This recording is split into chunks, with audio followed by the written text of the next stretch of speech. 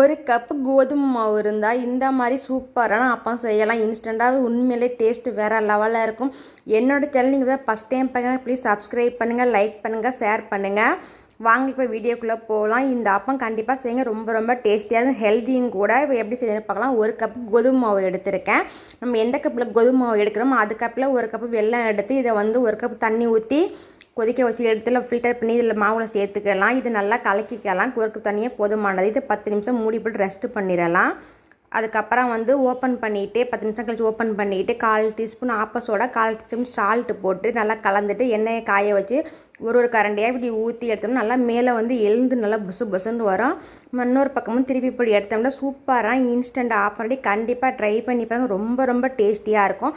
இது சாப்பிட்றப்ப நம்மளுக்கு அதிரசம் ஃபீல் தான் கிடைக்கும். கண்டிப்பாக ட்ரை பண்ணி பாருங்க. தேங்க்ஸ் ஃபார் வாட்சிங்.